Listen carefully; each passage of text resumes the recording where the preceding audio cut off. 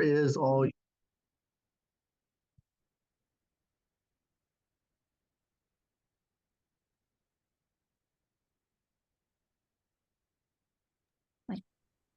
Can I start? Sorry, because okay. Hi. Good morning or good afternoon or good day actually to everyone. Okay. I'm Silvia Castellaro and thanks for joining this webinar. I start sharing my screen. I hope that you see. Okay, if anything is wrong, I'm sure that Jeff will tell me. Oh, 1 second. Okay. Wait, just 1 second. Okay, so today we're going to talk about passive seismic approaches for active geophysicists. I have no idea about your background. Actually, I know some of you, a few of you, because I spotted your names, but I don't know anything about the others. So I'll try to be quite basic, and I hope you get some good information today. So if you take a look at Wikipedia and look for passive seismic, you will see that passive seismic is kind of prospection of the subsoil, which relies on multiple measurement points and over periods of and records. I mean, it's supposed to record signal over several hours or several days. And if you take a look at the pictures that they put there, you will see that it's a classic tomographic approach based on, for example, teleseismic events or based on even micro local earthquakes. But today we don't want to talk about this kind of passive seismic. We want to talk about a different kind of passive seismic, which is basically the single station passive seismic. That is what you can do by using a single seismometer, a 3-component seismometer, so a seismometer that records in 2 horizontal axes and 1 vertical axis, okay, and by moving your seismometer around. So we're going to talk about this kind of passive seismic. And this kind of passive seismic relies on the concept of resonance. It's written in the next slide, but okay, I write it also here. So you know that resonance is the behavior that elastic oscillators have when they are excited at a specific frequency. I try to be more precise for those of you who probably forgot this concept. So if you have an elastic object, an elastic oscillator, okay, we typically model these elastic oscillators with 2 simple elements, which is its stiffness, and the stiffness is represented by a spring, and its mass, okay, which is represented by, in this case, this M, this mass. Okay, you know that if you pull these oscillators away from its equilibrium position and you release it, it will start vibrating at a specific frequency that depends only on its stiffness, on its mass, and obviously also on the constraint. Okay, in this case, we use this simple constraint. So the frequency of vibration of this object will be directly dependent on the stiffness, actually on the square root of the stiffness, and inversely proportional to the mass. In other terms, the stiffer the object, the stiffer the oscillator, the stiffer the spring, the larger the resonance frequency of this oscillator. You probably recall from your physics course that this is the graph that tells you what is the resonance of this oscillator. This oscillator will show up a resonance when it's excited at the frequency which coincides with its natural frequency, okay? So we all have experience of resonances, because if you think of many objects, of many common conditions that you see in your daily life, okay, or in the movies, you have certainly seen the glass that is broken by a singer singing, okay, when the singer sings at a frequency which is the same as the resonance frequency of the glass, then the glass can break. You for sure know the Tacoma Bridge case, which was a bridge that collapsed due to a resonance induced by wind. You certainly know the swing, okay? That the principle according to which the swing works is the resonance principle, okay? That the most difficult things for kids is to learn how to push themselves on a swing, okay? And they realize that when they push themselves at the frequency of the swing, then they will start going and going, with larger and larger amplitudes. And you probably know that also what we call the nuclear magnetic resonance in medicine is based on the resonance of the spins of our electrons, atoms, okay? Okay, so let's move to the soils. Okay, also soils under microtremor excitation can be considered as elastic bodies, elastic objects, and we basically model them as spring mass systems. Okay, in the case of soil, the stiffness of the spring is linked to the elastic moduli. If I consider the horizontal stiffness, then this will be linked to mu, to the rigidity, to the stiffness. If I consider the vertical stiffness, then this will be linked to the Young modulus, okay? And you probably recall that if you're a seismologist, you recall it for sure, that the stiffness is linked to Vs, to the shear wave velocity of seismic waves, and the Young modulus is linked to Vp, to the P wave velocity, okay? So we can say that if we consider the horizontal vibration of this layer, the stiffness will be given in some way by Vs, and the mass will be given by the density of our resonating layer and by the thickness of this resonating layer. Okay, so if we want to interpret the soils in terms of resonances, then we need to use these three things: the shear wave velocity and density and thicknesses. It can be shown, it's quite easy to show that the resonance frequency equation that we gave in this way, okay, the frequency linked to stiffness and inversely proportional to mass, is identical to what is written down here. Okay, we can say that this is the resonance equation for physicists, and this is the resonance equation for geologists or geophysicists. Okay, geophysicists don't think in terms of stiffness, okay, in terms of K, they think in terms of Vs or Vp, okay, depending on the direction of motion. And they don't think in terms of mass, as I said, they think in terms of thicknesses of their layers. But basically, these equations are exactly the same equation. As I said, you can also imagine that your oscillator is put in the vertical axis. Okay, in this case, the stiffness would be controlled by the Young modulus, which is on P wave velocity, and the mass is again dependent on density and thickness. Okay, so I want to show you the first vibration modes of this soil, this piece of subsoil. Okay, imagine that you have the bedrock here.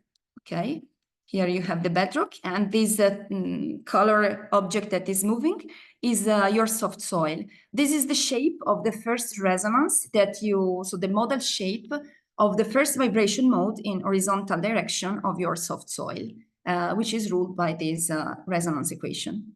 I show you also the vertical, the shape of the vertical, the first vertical mode, which is very easy. Okay, it's just this. And so we basically have that any soil under microtremor vibrates at a frequency which is characteristic, okay, of that soil layer, an horizontal frequency, an horizontal resonance frequency, and a vertical resonance frequency.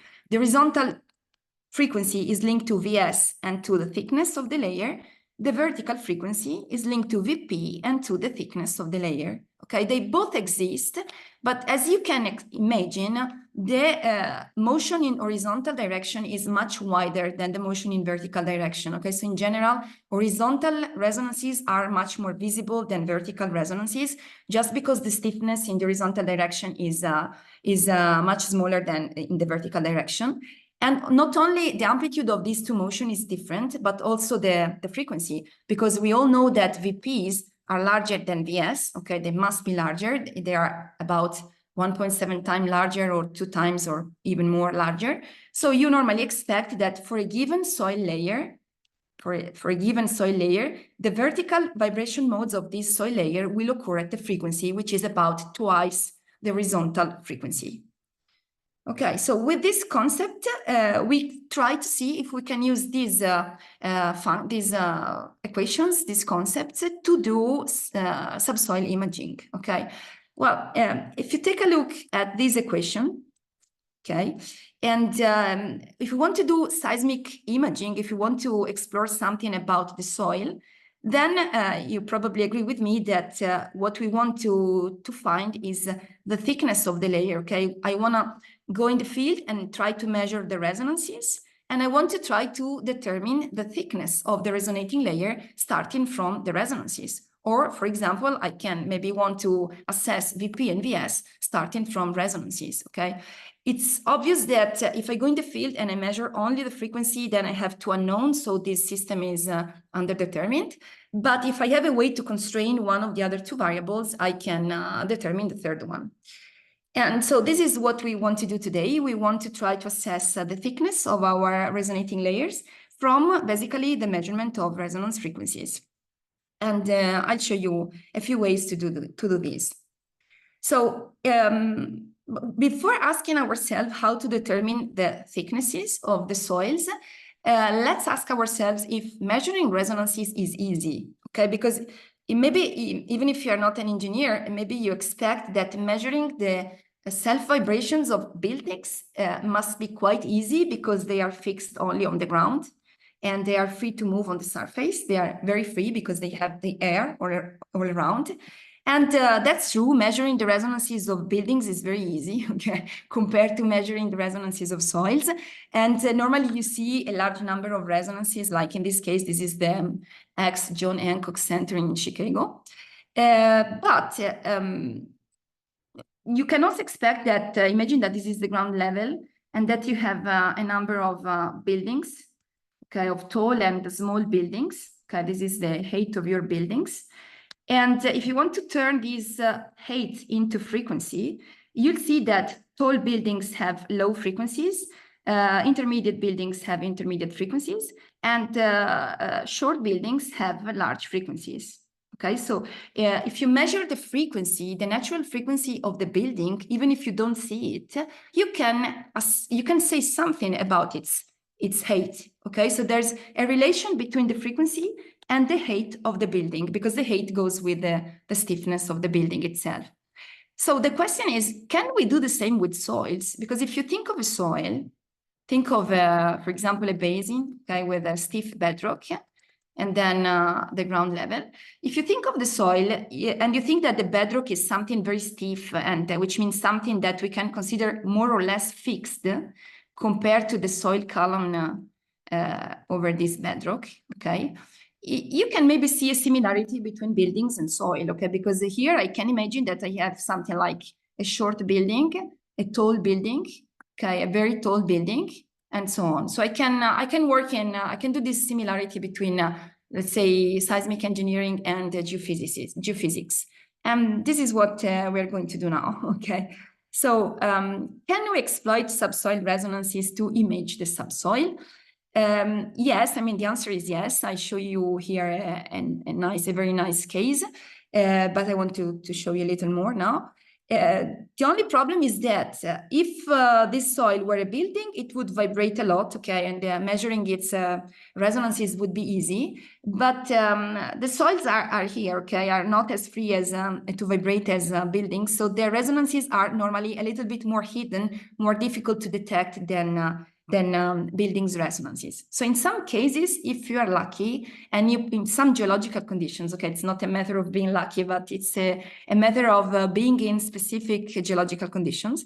If you put a seismometer on the ground and you are in some specific geological conditions that we'll see, it's possible that you will see very well the resonances, okay? In this case, we put two seismometers in this basin. You see that it's a basin. And we could see very well the horizontal vibration modes, the resonances in the horizontal directions, which are marked by these peaks in the displacement spectra that we recorded on the ground. And we could also see the vertical motion, the vertical vibration, the vertical resonance, which occurs, as I said, at a frequency which is more or less twice the horizontal frequency. This is linked to the VP-VS ratio. Okay, so if you are lucky, you can see these resonances directly in the spectra, in the displacement spectra that you record on the ground. If you are less lucky, okay, under some other geological conditions, resonances are a little bit less clear, okay, because the exciting function, which is ambient noise microtremor, which has a number of different origins, It originates from sea waves, weather perturbation, volcanoes, okay, traffic, and everything like that. So this exciting function is not white. It's stationary, more or less. Okay, so detecting resonances can be sometimes not so straightforward. And so long ago, because it was in the 70s of last century, two Japanese researchers basically observed that if on one side it's true that if you take measurements on a site and you look only at the spectral component, this spectral component of motion change a lot from day to night, from winter to summer, okay, because the environmental noise change a lot. But they realized that if you do a very simple operation, which is the horizontal to vertical spectral ratio, okay, you divide the horizontal component by the vertical one, or the opposite, okay, the vertical divided by the horizontal, then you get a function which tends to be very stable over time. Okay, so this very simple operation of taking ratio is capable to clear the source effect quite efficiently, and it leaves a function which is stable over time at the same site. And which is what we interpret in terms of resonances, okay? Because this function, it has been shown by a number of papers, both phenomenologically and also, I mean, by means of models. This function represents something about the soil, which is basically its eigenfrequencies. Just one note, since we are doing these parallelisms between structures and soils, if you try to use HRV in buildings, this is very wrong, okay? Because if I take a measurement here, for example, in this building, okay, I will have that the horizontal motion is this motion of the structure, okay? And the vertical motion is this motion of the slab. Okay, so if I take these two motions occur at two completely different frequencies, okay? One depends on the elevation of my building, on the height of my building. The other depends on the span of the slab, okay? So these two structural elements are completely independent. And if you take HRV, you basically are mixing up things a lot, okay? You are mixing up a horizontal behavior with a vertical behavior, which doesn't have anything to do with your structural properties. So doing HRV in structures is completely wrong in terms of engineering meaning. But doing HRV on soils is normally accepted for the reason that we have just said, because it's in the same layer, you expect that the vertical resonance occurs at a frequency which is, let's say, twice the horizontal frequency, okay? So they are completely split because the young modulus and the stiffness modulus are completely different, okay? So it's normally acceptable on soils to take HV ratios to remove the source for this reason, okay? Because if this link between young modulus and stiffness did not exist, okay? And then maybe doing HRV would not be so acceptable as it's not acceptable in structures. Okay, so we are lucky and we can take HRV, okay? If you are lucky enough, okay, you go in the field, you take a measurement with your seismometer, and you take a look at the spectra, which are down here, and you see these gorgeous resonances in the horizontal components. These two things are the horizontal components of motion, and they show this nice resonance. And if you take a closer look, you will also see that you will spot the vertical frequency, okay, at a value which is twice the horizontal one. And in this case, you also see that we don't have only one resonance frequency, we have two resonance frequencies, okay? And they show up very well, okay? They are beautiful to see in the HRV ratio. Okay, so this stands for soil with different layers, okay? And you have the resonance of one layer and the resonance due to the other layer. There are soils which show more than one resonance. In this case, you have even 4 resonances. Okay, and okay, so historically, these HRV curves have been used in the original sense. Okay, for their meaning of of showing resonances. Okay, so they are commonly interpreted as an HV peak is a resonance. Okay, is linked to a resonance. So it's linked to this equation.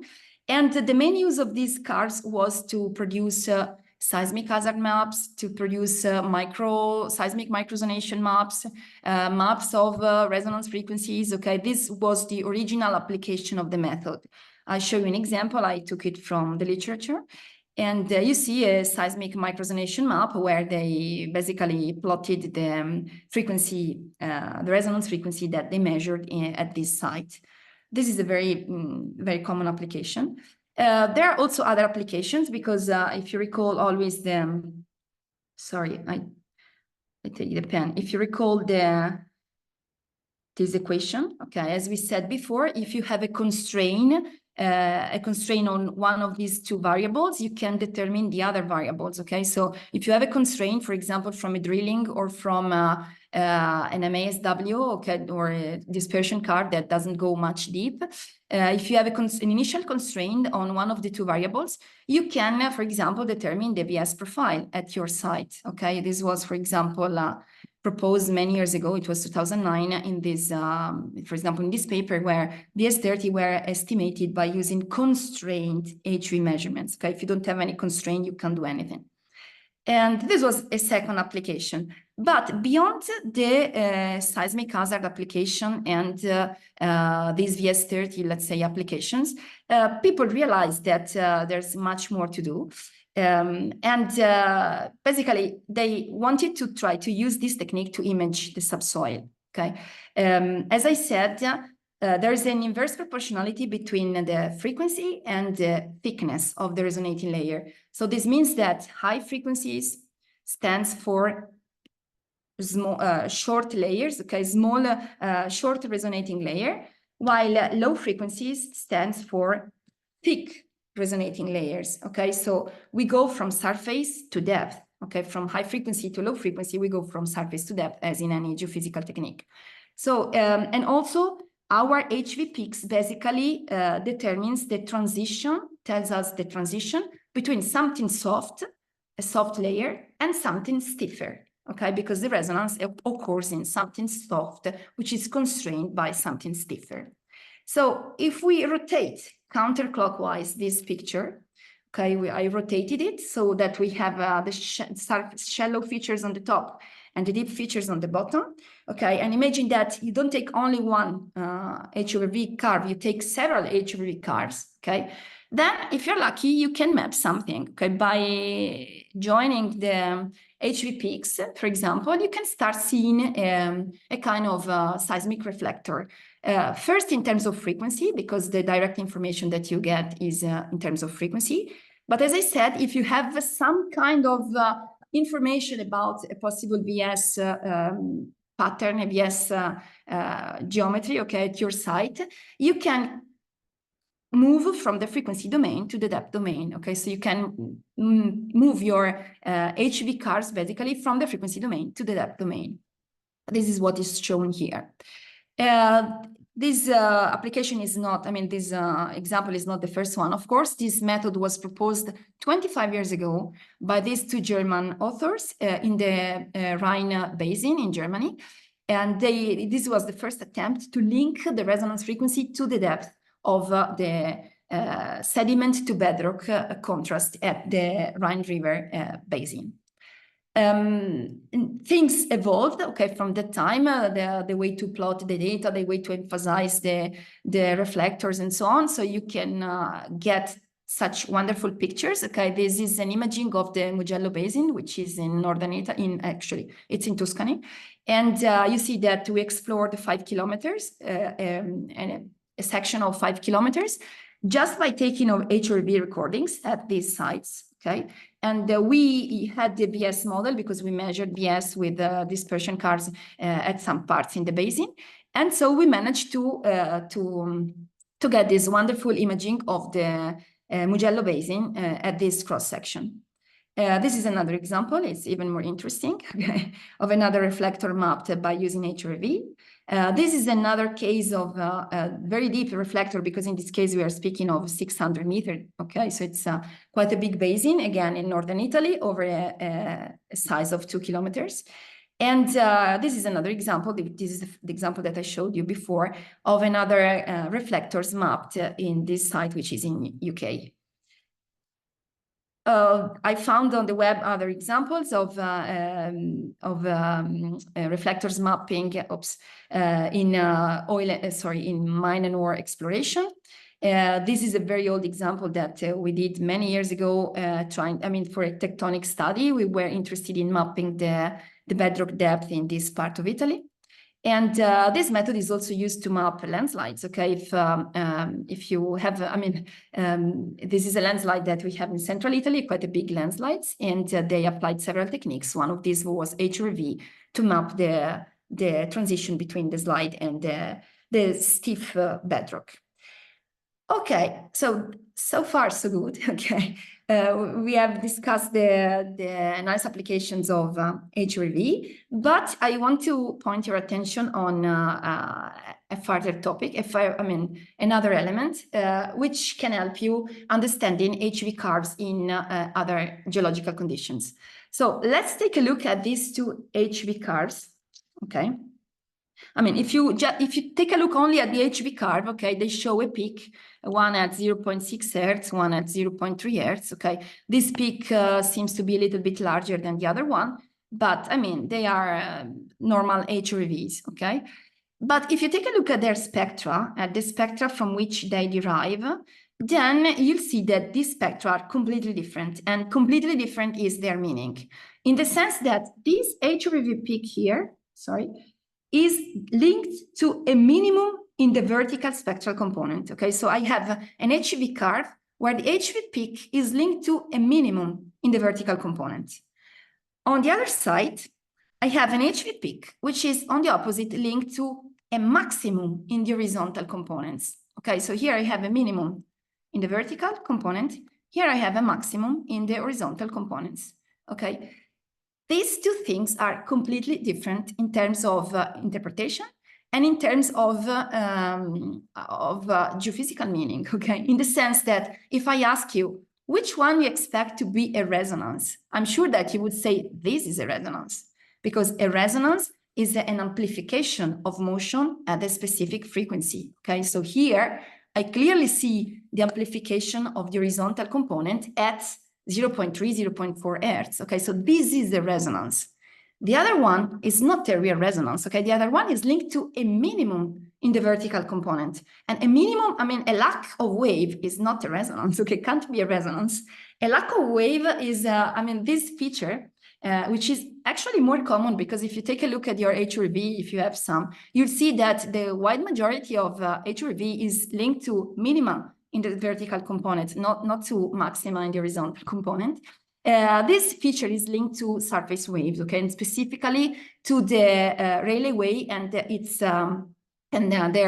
amplification at the frequency that coincides with the SH resonance frequency at with the SH resonance frequency. Okay, so on one side we have an HRV which is linked to basically Rayleigh wave. And on the other side, we have an HV feature which is linked to a real resonance, that is to SH waves. Okay, so if you have a database of HV curve and you have never taken a look at their spectra, I invite you to take a look at the spectra, and you'll see that in the most part, in the majority of cases, you'll have things like this. Okay, your HV curves will be linked to surface wave phenomena.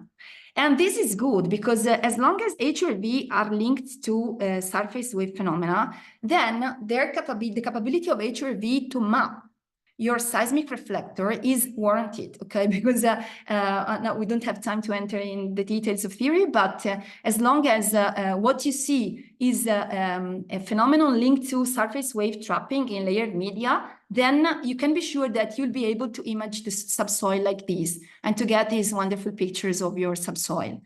On the other side, when you start seeing, sorry, I go here. when you start seeing real resonances, so peaks in the horizontal components, then you might be a little bit disappointed, because if you take several measurements, for example, like here across a basin, you will see that your HRV will no more be able to map your reflector, okay? It will start showing a fixed resonance, okay, a fixed value at all your sites.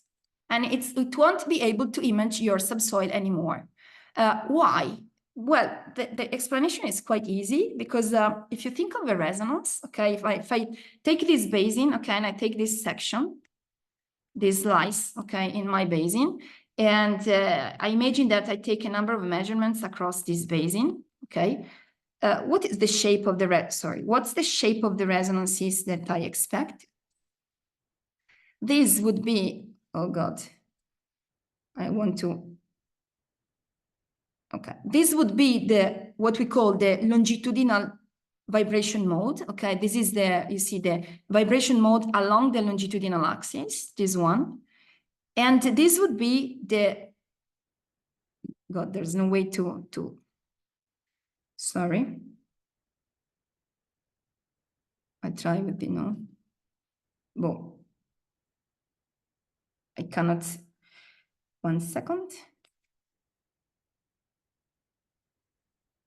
I try again, okay.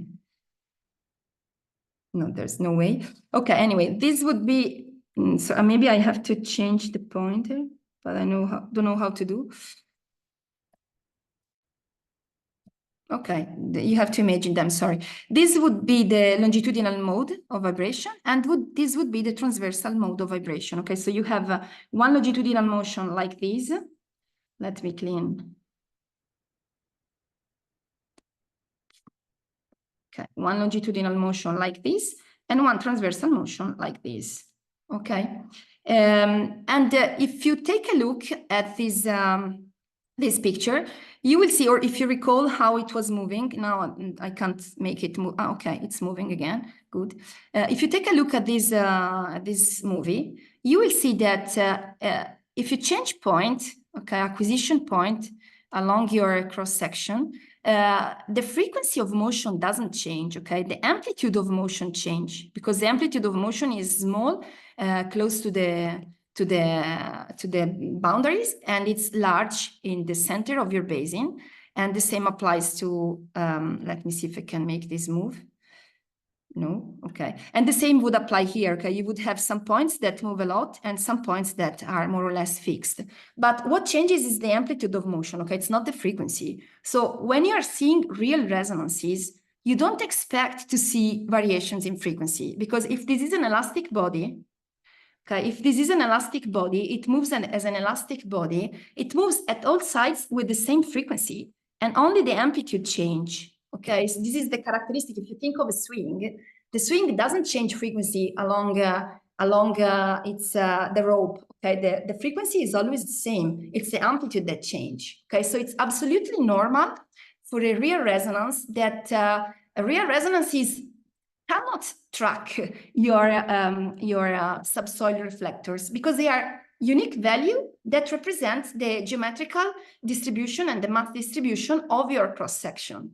Okay, so if we go back to these two cases, okay, as long as you are using or you are seeing HV curves based on surface waves, that is HV curves where the HV peak is linked to a minimum in the vertical component, then in imaging sense, you're lucky, because it means that you'll be able to track your geometries.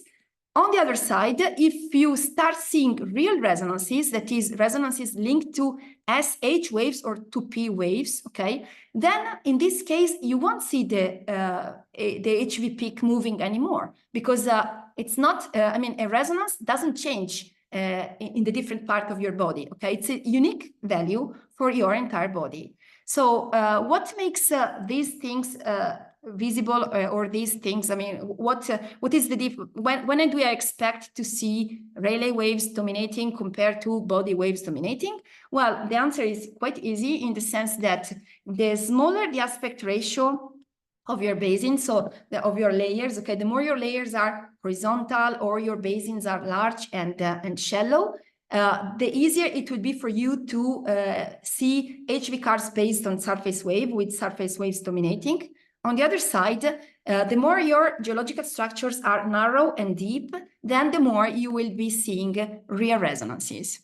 Okay, so you can already expect, depending on, now I give you a plot so that you can better discriminate the two cases. Okay, so this case is good. Okay, we can do everything. What can we do in this case? Is there anything that we can do in this case to understand something about the subsoil? Well, I want to show you, I want to borrow a couple of elements again from engineering structures to show you that also in this case, you can say something about your geometries, okay? Even if you can't map them with these wonderful pictures as in the previous case. So can we still use the model frequencies to assess something about our geological structures also when we are seeing real resonances? The answer is yes. Just give me 5 minutes and I show you how. Okay, so as I said, I want to borrow a couple of elements from engineering. So think of a building. Okay, this is a building. And these are the vibration modes of the building. Okay, this is of a shelf. This is the first mode, the second mode, the third mode. It can be shown that the slenderer your building, okay, the larger will be the distance between the higher modes. The thicker your building, the shorter will be the distance between your higher modes. I show you an example here. Consider this slender structure, which is a pillar of a bridge. These are the modes, okay, the frequency of the higher modes. And you see that if I take the ratio between the frequencies of each mode and the frequency of the fundamental mode, this distance is large, okay? If I move to a thick structures and I do the same, you will see that the distance between the modes is shorter. Okay, so the first element that we can use when we see real resonances to assess something about the slenderness, which is about the aspect ratio of our basin, is to compare the higher modes frequencies with the fundamental mode frequencies. This is a good indicator of slenderness or thickness of our geological structures. There's something more that we can do. Since I'm in Venice now, I took a picture of Venice. In Venice, for example, this is San Marco Square. You have probably been here.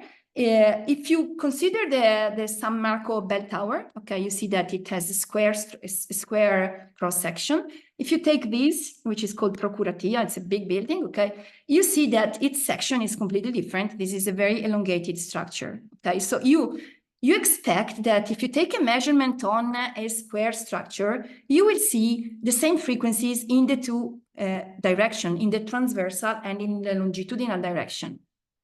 If on the other side, you take a measurement on a long elongated structure with very different stiffnesses in the two axes, then the transversal and longitudinal motion will differ a lot, okay? And this is exactly what you see, because if you take measurements on the San Marco bell tower, you see that the resonances in the two main axes are identical. They are both at 0.7 Hertz.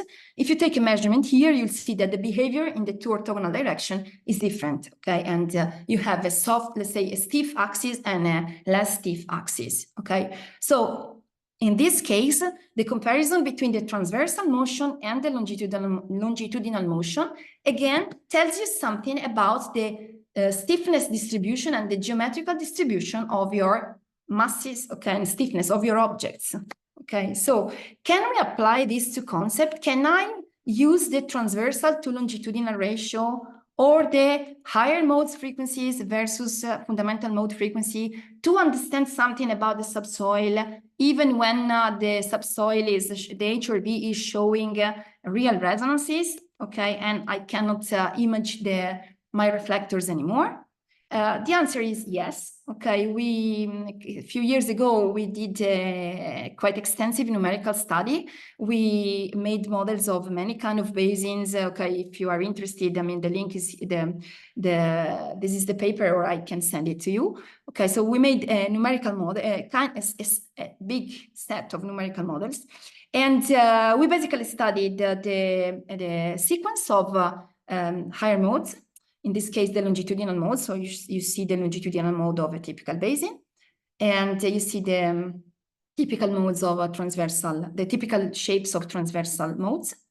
And we provided a number of relations that link your, for example, transversal to longitudinal modal frequencies with the aspect ratio of your basin, where the aspect ratio is the ratio between the thickness, the maximum thickness, and the half width of your basin, okay? So you see that when you are in conditions where, when you are in low aspect ratio basin, these transversal to longitudinal frequencies are very similar.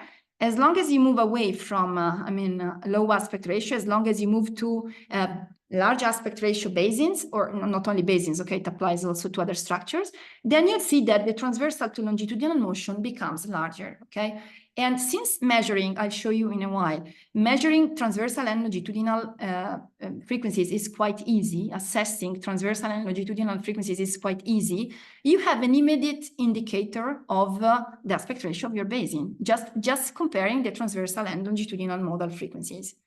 We provided a number of other plots. Now I don't want to go in detail with this. We've also provided a number of plots that lets you assess the equivalent velocity of your basin. Okay, again, by using this modal frequency ratio, you can have an estimate of the equivalent VS over VP of your basin. And I show you a couple of examples, so maybe it's easier for you to understand. I take some examples from the Italian Alps. Okay, so we are here in the Alps. In the Alps, we have a number of big rivers, and I show you some examples from this river, which is called the Adige River, the Adda River, and the Piave River. So let's start from the Adda River. You see that this is the basin of the Adda River. We studied a number of cross-section, okay, by taking the measurements along the cross-section. And this example comes from there. And in this case, we were in an absolutely dominating body wave condition, because we could measure the transversal and longitudinal modal frequencies very well. Okay, they were absolutely well determined. And okay, we spotted even higher modes, but I'm not going to talk about them. Also by taking even not synchronous measurement, okay, they can also be non-synchronous measurement. You can even reconstruct the mode shapes. This is the mode shape of the first mode, the modal shape of the second mode, and reconstructing the modal shape is also important if you want to assess asymmetries in your basin.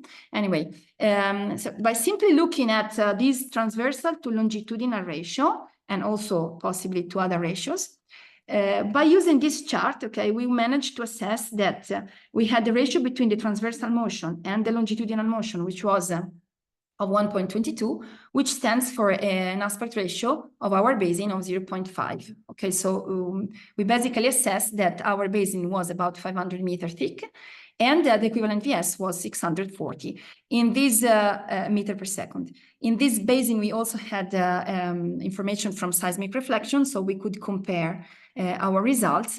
You find these examples in that paper. I move quick to another case, again in the Alps. This is the wonderful Bolzano Basin, the Adige River Basin, which is the second longest river in Italy. And also in this case, we managed to see in the spectra, in the individual spectra, gorgeous resonances. Okay, these are absolutely wonderful. They are absolutely stable, and wherever you measure them, they are wonderful to see. And again, if you work in terms of transversal to longitudinal or higher modes versus fundamental mode frequency, I go back here, you can assess, okay, in this case, we also rebuild the modal shapes.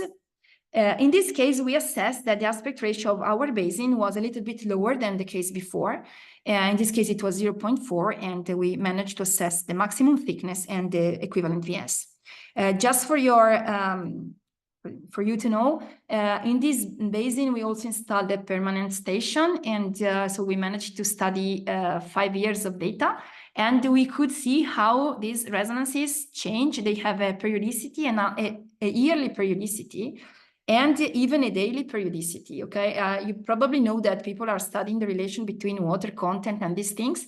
Honestly, I don't think that a daily periodicity is linked to water content, okay? It's probably linked to astronomical factors, to the moon load and these things. But anyway, you can clearly observe periodic oscillations, very small, okay, of the resonance frequencies in these basins. In any case, the resonances are absolutely clear and stable.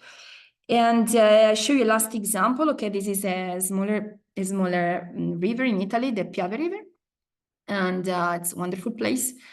Also, in this case, we managed to assess the transversal and longitudinal motion by simply taking a measurement at a few points across our basin, and we managed to use our plots again to assess this. This is a smaller aspect ratio basin. In this case, it's 0.3, the aspect ratio, and the thickness of the basin is much smaller, and also the equivalent VS. So I go back. Sorry, I wanted to go back 1 second here. Sorry. So no, sorry, I wanted to find the picture, but I think it's in the end. Okay. So what we did in this case, okay, in the case when we see real resonances, is something similar to what this mathematician asked himself in 1966. He published in the American Monthly a paper asking himself if it was possible to hear the shape of a drum, meaning that can I assess the shape of a drum by the noise it makes, which means by the resonances it produces, okay? Because I mean, if you play music, you know that music is based on resonances, okay? So can I assess the shape of my drum from the resonances that I produce?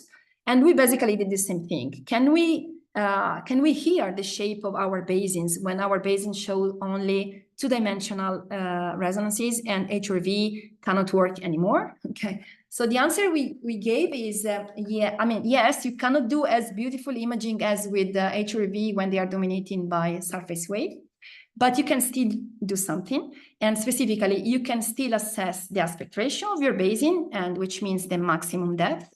You can also have a good estimate of the equivalent VS, which is maybe good for your seismic hazard studies.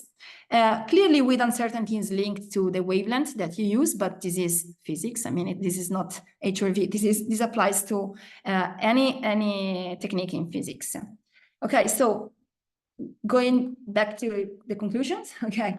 Next time, if you are not used to do that, when you take your HRV microtremor recordings, don't forget to take a look at the spectra, at the individual spectra, because,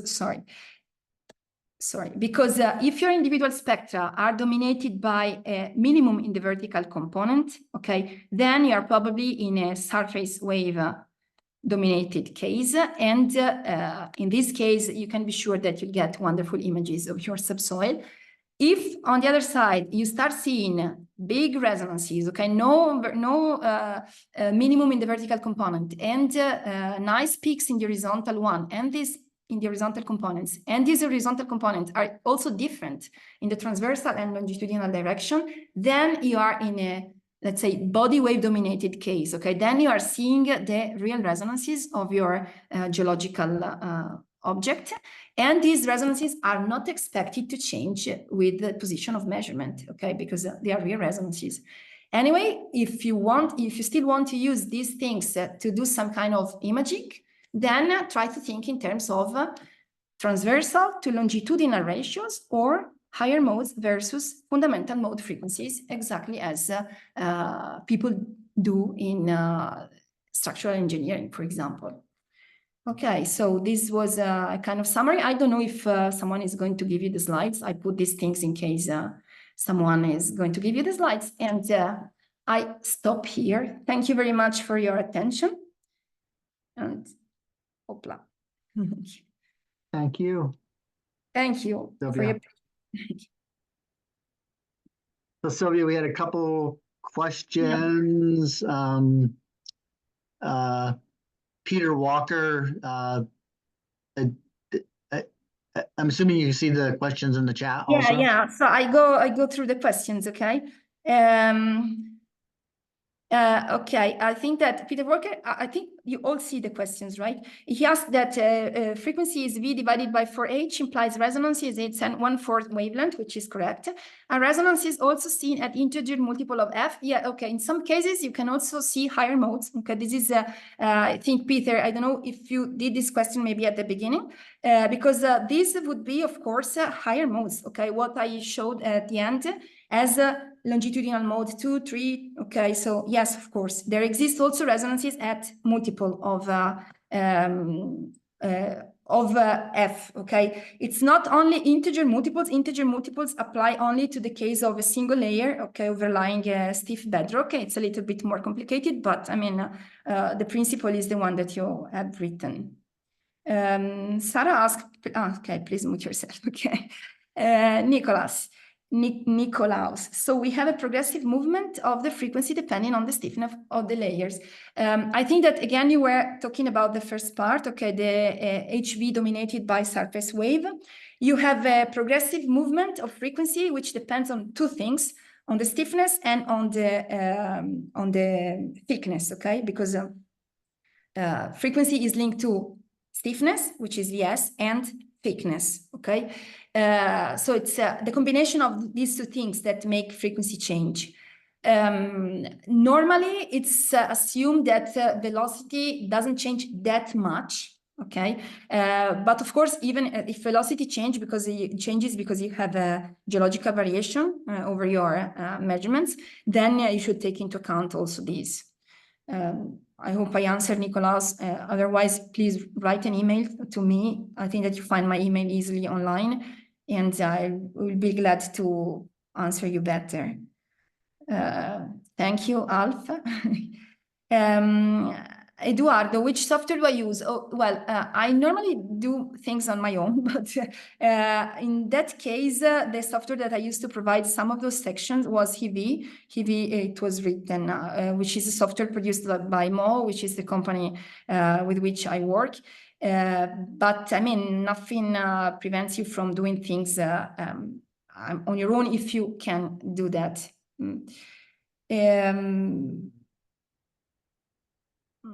Okay, well, no, I used Grilla to process the HRV, but not to do the contourings. To do the contourings, I used Hivi in this case, but okay. I also use the same, and I can't say, okay, they also, okay, you replied on your own, okay. The discussion so far is assume undamped systems. When run, I'm replying to Roberto Oliveira, okay? The discussion so far has assumed undamped systems. When running site response analysis in geotechnical earthquake engineering, damping becomes very important when predicting wave amplification. Are there any study that attempts at inverting soil damping profiles? Okay, well, you know, since we were talking of excitations in terms of microtremor, okay, because what I showed you now was everything collected under microtremor excitation. There are studies about damping, Roberto. If you write me an email, I can send you these studies. But normally under microtremor excitation, we speak of damping of a few percent. Smaller than structures, because structures are typically expected to dump 5%. Okay, in the case of soil, you see a general dumping of 1-2%. Of course, when you move to earthquake excitation, things change. Okay, and there are a number of studies if you're interested in dumping and how to assess dumping from these things. If you maybe write me an email, Roberto, I'll send you them. Okay. Nicolaus says that I think that the spectra gives more information than I think the HRV cars, and you are absolutely right. The real information is in the spectra, exactly as it's in engineering, in any type of engineering, mechanical engineering, civil engineering, because you study the spectra. The information on resonances is in the spectra. Of course, in geology, okay, takes in the HRV, clears a little bit the fluctuations and makes your spectrum more readable, but I've always, I mean, you cannot use HRV cars without spectra, okay? You badly need the spectra to understand everything about HRV cars. Also to understand whether your HV peaks are natural, are stratigraphic or anthropogenic, for example, okay? So it's not only for the needs that I showed now. Andrea says, could be the minimum in vertical spectrum related with velocity inversion in the stratigraphy?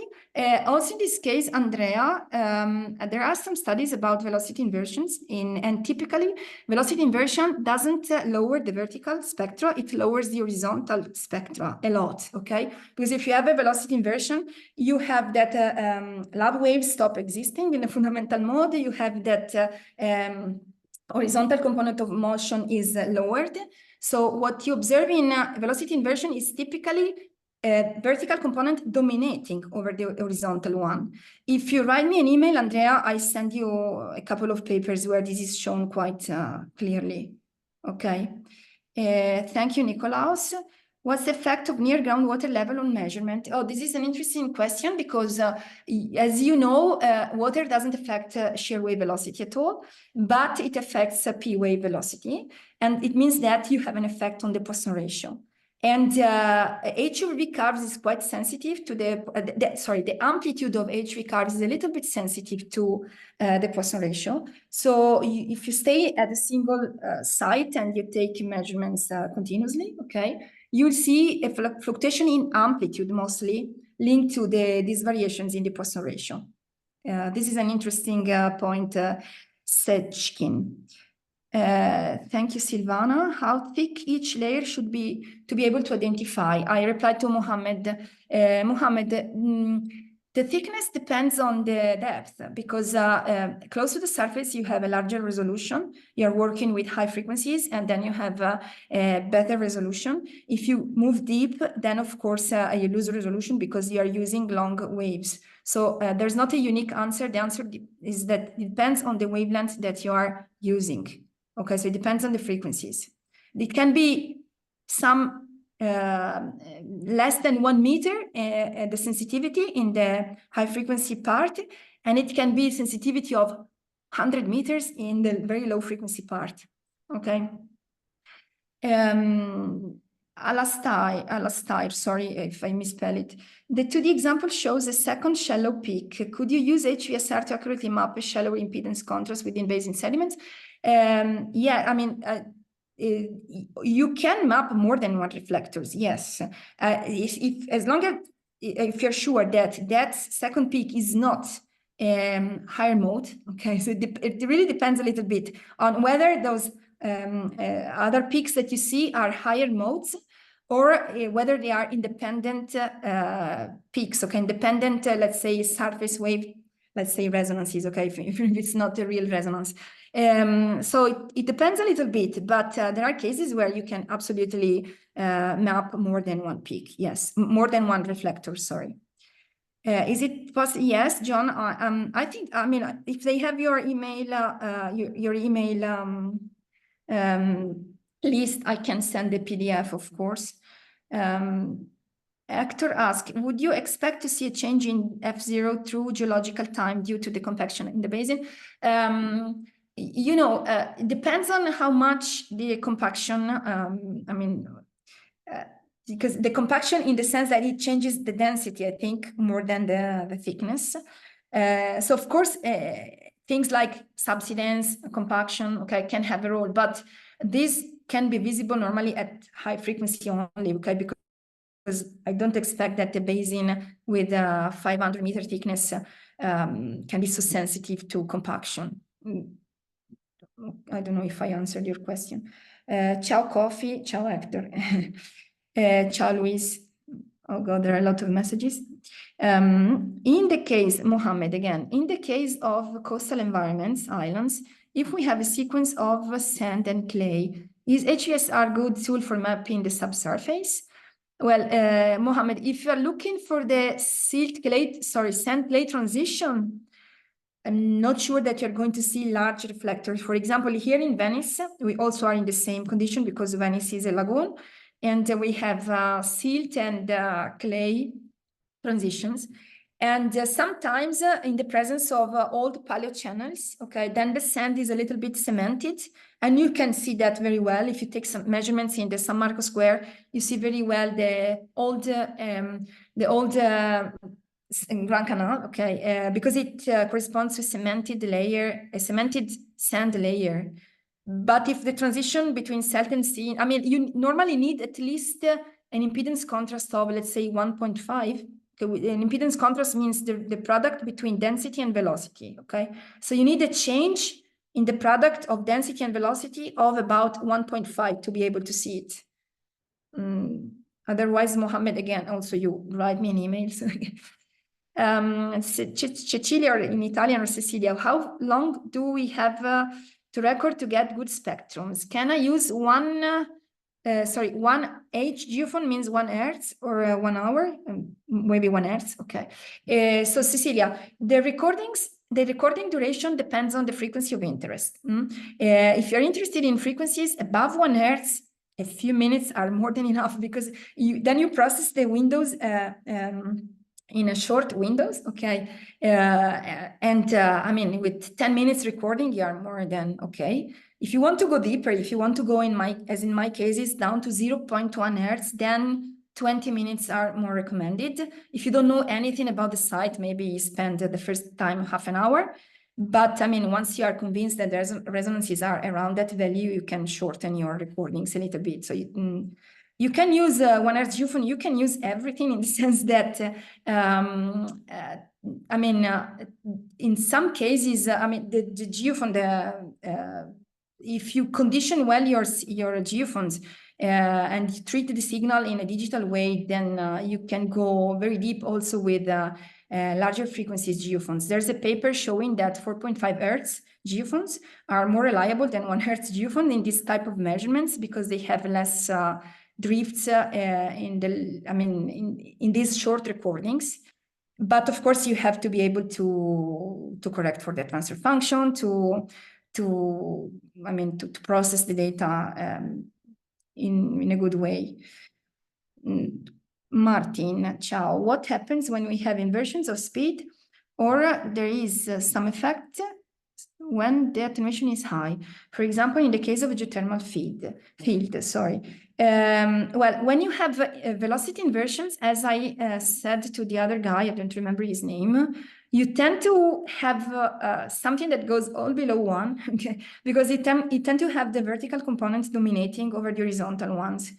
And if, again, Martin, I think Martin, Martin, I don't know, if you want to write me an email, I can show you these examples in a separate, with a separate paper, okay, and we can discuss it if you want. Okay, but anyway, the effect of a velocity inversion in microtremor is to lower the horizontal components and to shift your HV below 1. Okay, which is probably the reason why someone in the oil and gas field used to work with, not with H over V, but with V over H, with the opposite. Mohammed, another Mohammed, is the vertical component, if the vertical components show maximum regarding to the horizontal component, this means velocity inversion or low velocity layer. It depends, okay, in the sense that if normally the velocity inversion implies a vertical component dominating over the horizontal one for a large frequency range.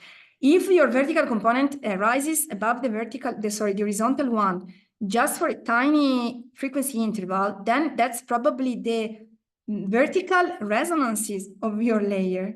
You remember that I showed you that you have the horizontal peak, and at the frequency, which is more or less twice, you have the vertical resonance. Okay, so that could be either a vertical resonance or a velocity inversion, but it's quite easy to discriminate the two cases. Also, you, Mohammed, if you want, please write me an email so that I show you this with some graphs. Okay, so Martin and Mohammed and the other guy who asked the same question, on velocity inversions, if you write me an email, I'll send you some plots so you understand better this, because someone modeled it in the okay, you can reach me at this mail that Jeff wrote, or also at my personal email, silvia.castellaro.universityofbologna.it. I will text it. Maybe I write you also my personal email. Okay, so you have also my personal email. Sorry, where I am. aiuto. Martin, so that was John. No, sorry, I'm lost. There are too many messages. Where can we get the exact VS values of sedimentary layer, Mohammed? Well, if you need the VS value, you have to measure it. Okay, typically people do some surface wave like MSW, RMI, these things, and they get an initial assessment of VS, and then you can do the joint fit of HRV and dispersion curves to get the VS profile down to larger depth compared to those reached by dispersion curves. Also in this case, this is a quite common question, Mohammed. So again, if you write me all these questions, I can send you some material to check this. Andrea, you switch the axis? I was thinking, okay, sorry. Okay, Andrea. Then if you switch the axis, that's okay. How, Mohammed, another Mohammed, how wide or narrow HV peak is related to contrast in acoustic impedance or thickness of shallow layer? Wide or narrow HV peak is related to contrast. No, okay. No, it's the HV peak width, okay, is not linked to the impedance contrast. The amplitude of the HV peak is linked to the impedance contrast, okay? But the amplitude of the HV peak can also show you that, I mean, if you have a very broad HV peak, maybe it's because in the spectra, you have two separate peaks in the horizontal component. So you might be in a real two-dimensional resonance case. So the size, I mean, the size of, I don't know if I can share 1 second, one thing, but I don't know if, I think that you can see. Oh God, no, I can't write it now, sorry. I don't know where is the pen. No, yeah, I give up. Okay, sorry. I give up, sorry, I'm not. Okay, maybe you're seeing here. If you have an HV peak, yeah? Then you can be sure that you have, if you have the maximum at F0, you will have a minimum, let's say, around to F0. Okay, so your peak will be like this. Okay, all the HV peaks are included between this interval, okay, F0 to F0, where to F0 is more or less depends on the Poisson ratio. So on the right side, all Hey, the Sylvia, Yes, nothing sorry. is showing. You're not, okay, sorry, I was writing in on the slides. Anyway, sorry, I tried for the last time. I was writing on the slides. Hey, Sylvia, we've went over about Yeah, okay, 15 we are minutes. over, of course. Then, sorry, I will reply, sorry, to this, Mohammed. If you write me, I will explain you more, okay? And the people that we didn't, we get to their questions, they can ask you their questions directly. Yeah. Maybe if you can, we can collect the chat. Yes. If you can save it, I can reply to them in person if you have their email. Yes, we can do that. Yeah, sorry, because there are too many to reply to. Okay, I think that we can, yes. Sorry, guys, it's too late. They said that it's too late. Ciao. So maybe, Jeff, I kindly ask if you can save the chat so we can maybe reply to this. Yes, I will do that. Okay, thank you very much. You're Thank you welcome. to all of you who are writing now. No, thank you, Sylvia, for a great presentation.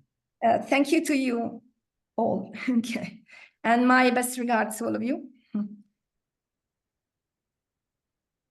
Okay, Ciao. so just to kind of wrap up, yeah, thank you for joining us.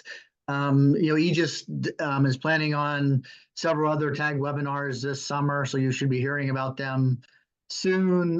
But like I said in the introduction, we're always looking for ideas or presenters for these tag webinars. So if you have a topic of interest, please let us know. Because we do think this is a good way of getting the information out to the community. And yeah, and then again, just want to thank Sylvia for a great presentation. And thanks everybody. Have a great day, and we'll get the recording to the registrants as soon as it's ready. Thank you, everybody. Oh, thank you.